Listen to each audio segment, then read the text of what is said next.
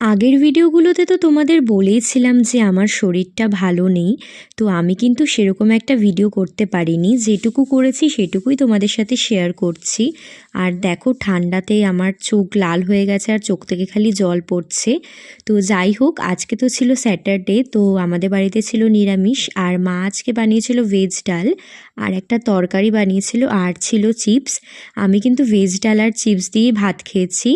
আর ভাত খাওয়ার পরে খেয়েছিলাম এই মিষ্টিটা। মা বাজারে গেছিলো সকালে, তো মা এনেছিল আমার জন্য। আর এই মিষ্টিটা খাওয়ার পর খেয়েছিলাম, এইটাকে মনে হয় আমৃতি বলে যতদূর সম্ভব। আর আমি কিন্তু এটা পুরোটা খাইনি, একদমই অল্প একটু ভেঙে খেয়েছি।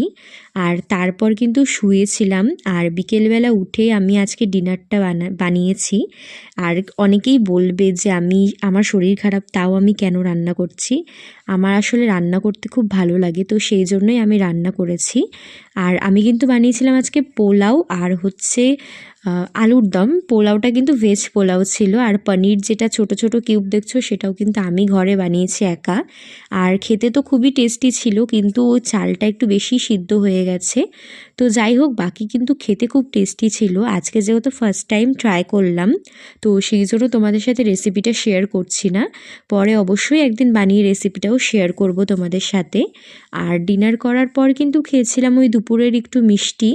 তো চলো আজকের ভিডিওটা এখানেই এন্ড করছি। ভালো লাগলে অবশ্যই এটা লাইক করে দিও। Good night.